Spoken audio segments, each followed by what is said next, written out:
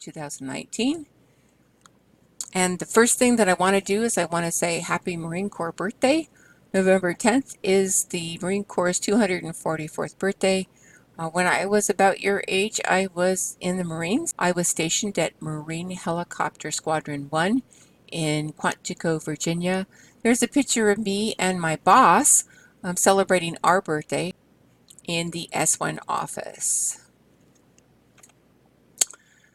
Today I'll go over one housekeeping item, the use of names, touch on the revised essay feedback, and then just go over what's expected for week 5 as it pertains to essay 2. So the housekeeping issue is Tracy Stunt's announcement on our Canvas site about her survey on course design. So here, this is what it looks like. You'll see it's right in here. It might be bumped down. It'll be bumped down to the third one once I post this all-call video.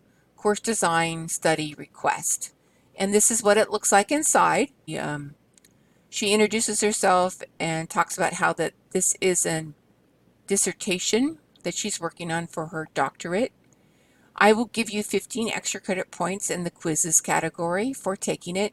She promises it'll be 15, and I do trust her that she will keep it to 15 minutes. So please sign up if you can squeeze in the 15 minutes for her study. It will really help her out.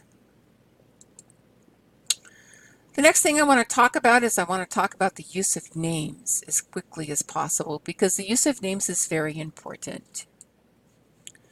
The first thing is, I know it's confusing with me, and I know that we're not in a face-to-face class, but I have asked everybody to call me Mrs. Vignell.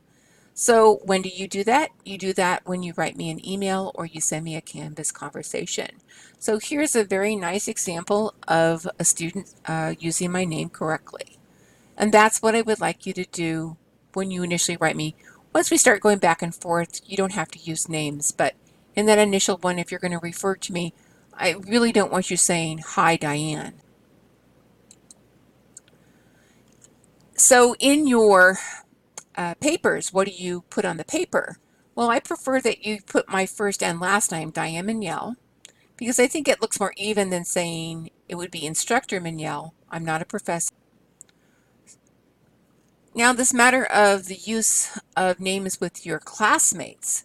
So here's a very nice discussion board response where G is responding to Christine, and he says, "Hello, Christine," and then down below, Khalid says the same thing, "Hi, Christine."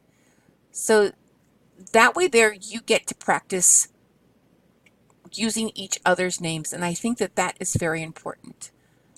Now on my end, this is what I see when you send a discussion board in and I give you points for it. And you'll notice that if you do not post the name, when you say agree, I don't see anybody's name, so I don't know who you're responding to. And I like that. So please use names in the discussion board. It will help you bond with each other, and it helps me figure out who you're responding to in a discussion board. Another thing is this matter of source names. So in your papers, and we'll be going over how to cite Westover in this essay 2, and then we'll be going over how to cite other sources in your research paper. But there are conventions of using the names of your sources. On a first mention of your source in your paper, you do need to state their first and last name. So I have an example of Nicholas Carr, Pulitzer Prize finalist, is critical on the benefits of technology. That would be a first mention. And you do have to be careful here, because when you revise, if you place a paragraph that was later in the essay where you mention Carr and you don't introduce him, then you have to revise that paragraph as the first mention. Then you have to go back to the other paragraph where you've introduced him and it's no longer that first mention. After you have introduced your source on a first mention, you refer to the source using their last name. So here's the example. Carr has written extensively on the effects of technology on the human mind's ability to focus, and I should have an apostrophe there. Okay, so that's how you would cite him. Now, I've given you the paragraph that I'm not going to read to you because when you refer to a source in a paragraph, there is a rhythm that works for you. You, on a first mention, you say their first name, Nicholas Carr. You see it in red here, Nicholas Carr, right? And then what you're going to do is then the next time you mention him, you're going to say Carr, and then you're going to use the appropriate pronoun, he, and then Carr. And that is my rhythm. I say car, he, car, he, car, he, depending on what I'm writing about. If I'm starting a paragraph, I don't like to use he at the start of a paragraph. I prefer to use car. So it does depend, but you don't say car, car, car, car. That is repetitive and irritating. So look at how you are citing your sources, and I would use this in your revision or even your editing process when you edit your paper. Okay, so I have essay feedback.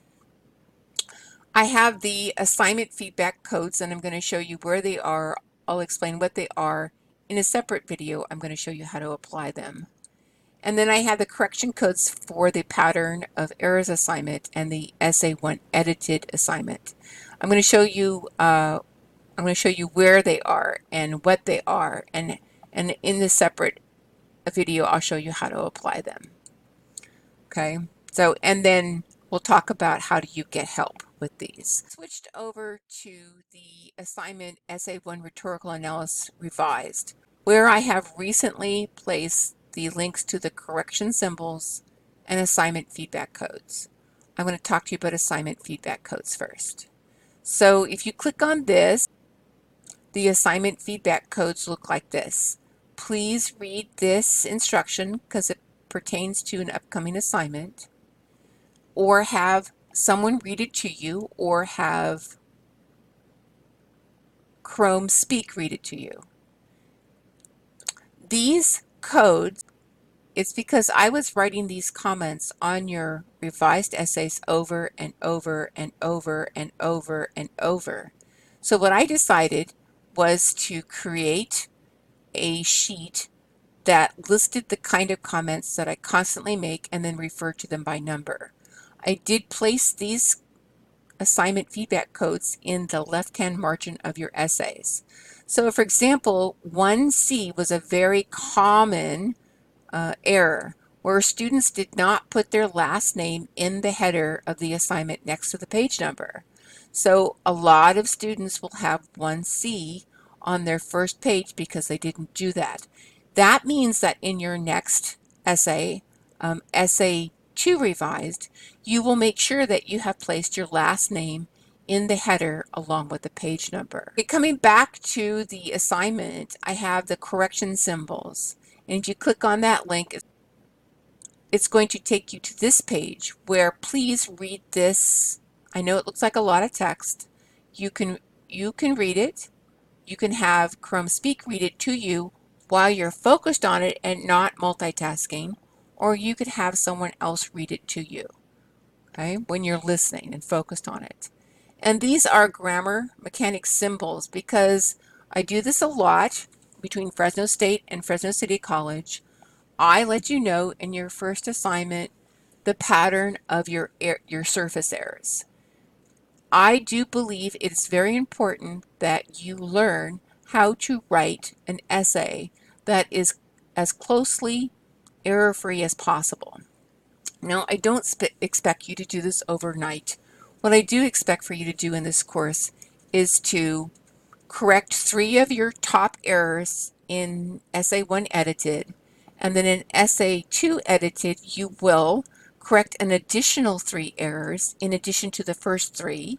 And then in your last essay, you will correct another 3 errors. So you will be correcting 9 of your top errors that you have made in these essays. And that's what I'm hoping for in this class, and that's what I'm going to grade you on. So I do think that that's doable, so don't panic. I'm not expecting perfection, but I am expecting you to proofread, to learn why you make errors, to be able to identify what they are and how to fix them?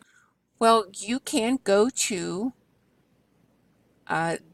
the online help, and there's Fresno Online Tutoring, and there's a PASS Online Tutoring, so I'm back on the main page. So you can go in there and say, hi, and explain, I am working on my top 3 patterns of error, and they are, and you'll know what they are. Can you help me recognize where they are in my writing? Help me to understand why they're wrong, and help me to understand how to fix them. You can also go to places like Khan Academy, Sean McLeod. There's other places on the internet will help you in addition to Who Knew It. Okay, here I am logged into my portal, and I have placed Who Knew It in my favorites. So when I click on Who Knew It, it takes me over to the Who Knew It page. And what I do is I type in the search what I'm looking for. So if you just type in grammar, it's going to come up with a number of things that you can